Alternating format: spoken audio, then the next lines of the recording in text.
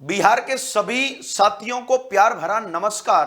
प्यारे साथियों, इस सेशन में हम लोग मिलकर पॉलिटी के इंपॉर्टेंट फैक्ट पर चर्चा करेंगे।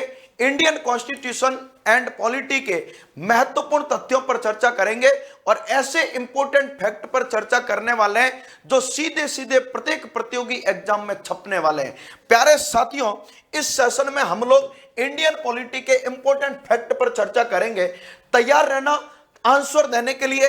पहला प्रश्न आपके सामने हाजिर है। राज्यसभा में कुछ सदस्यों का नामांकन संबंधी प्रावधान किस देश के संविधान से लिया गया है? नामांकन का मतलब होता है मनोनयन। अर्थात आपको यह प्रश्न पूछना चाह रहा है कि राज्यसभा में जो राष्ट्रपति 12 सदस्यों को मनोनीत करता है वो प्रावधान हमने कौन से देश से लिया है?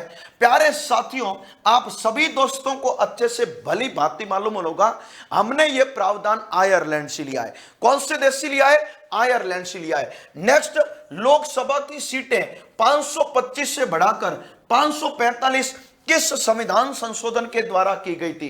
कौन से संविधान संशोधन के द्वारा लोकसभा में सीटों की संख्या 525 से बढ़ाकर 545 की? 31वां संविधान संशोधन, 31वां यानी 31वां कॉन्स्टिट्यूशन अमेंडमेंट कब हुआ? 1972 में हुआ। और 31वें संशोधन के द्वारा सीटें 525 से बढ़ाकर 545 की। किस अनुच्छेद के अंतर्गत अनुसूचित जातियों के लिए राष्ट्रीय आयोग का प्रावधान किया गया? कौन से अनुच्छेद में? राष्ट्रीय आयोग। राष्ट्रीय आयोग कौन सा? अनुसूचित जातियों के लिए यानी एससी के लिए राष्ट्रीय आयोग का प्रावधान है अनुच्छेद 338 में।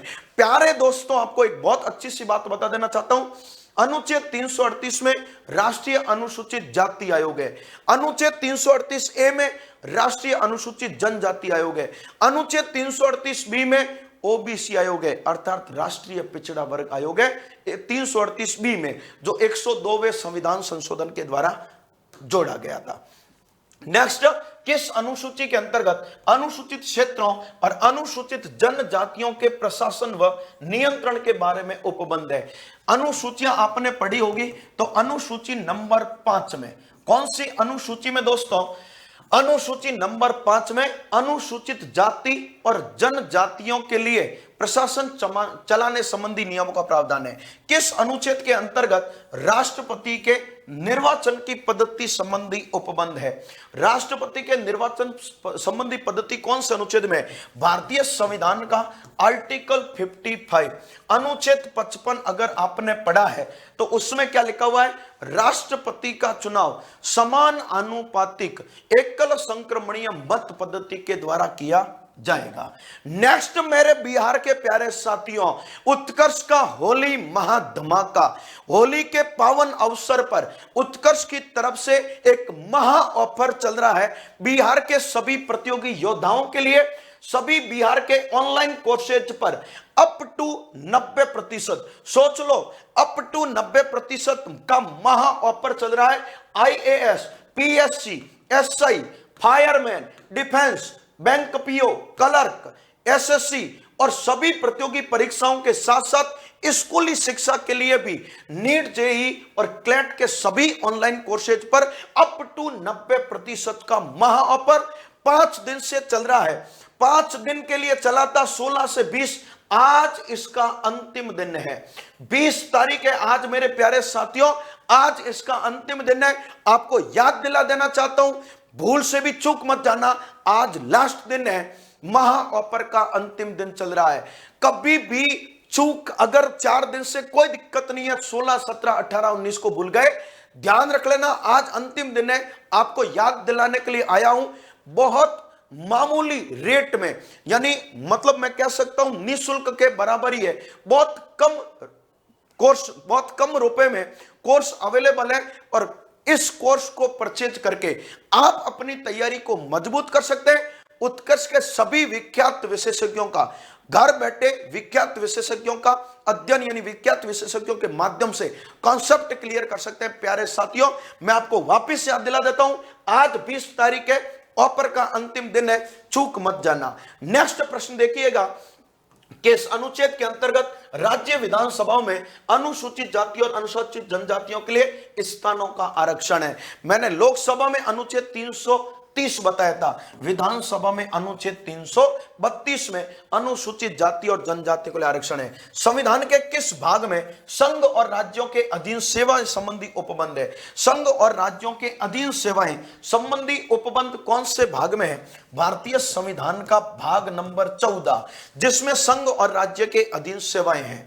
नेक्स्ट और अंतिम प्रश्न देखिएगा, किस अनुच्छेद के अंतर्गत उच्च न्यायालय को रिट जारी करने संबंधी उपबंध है? उच्च न्यायालय कह रहा है अर्थात हाईकोर्ट कह रहा है, अनुच्छेद 226 के तहत नागरिकों के मौलिक अधिकारों का उल्लंघन होने पर हाईकोर्ट के द्वारा 6 प्रकार की रिटें जारी की जाती है।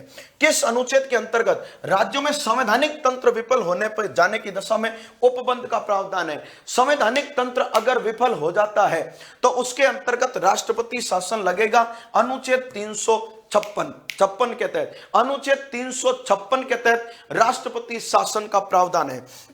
संविधान के किस अनुच्छेद के अंतर्गत भारत की आकस्मिक निधि, कौन सी निधि? आकस्मिक निधि का प्रावधान है आर्टिकल 267। आकस्मिक निधि कह रहा है तो 267, अगर संचित निधि कह देता तो 266 अनुच्छेद 266 हो जाता है। वापिस आपको याद दिला देना चाहता हूं, होली का महा ऑफर, होली के अवसर पर महा ऑफर उत्कर्ष क्लासेज का चल रहा है प्यारे साथियों। 16 से 20 तारीख तक का था यह ऑफर, आज इस ऑफर का अंतिम दिन है। 20 तारीख है आज, इस ऑफर का अंतिम दिन है।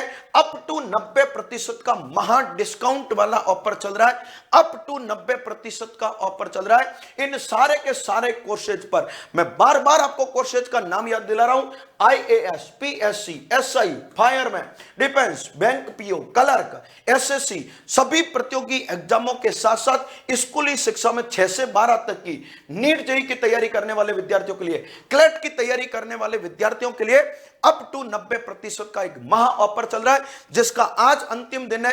चूक न जाना मेरे बिहार के प्यारे साथियों, चूक न जाना, याद आएगा आपको ये महा ऑफर। मामूली शुल्क में आप उत्कर्ष के विख्यात विशेषज्ञों को पढ़ सकते हो।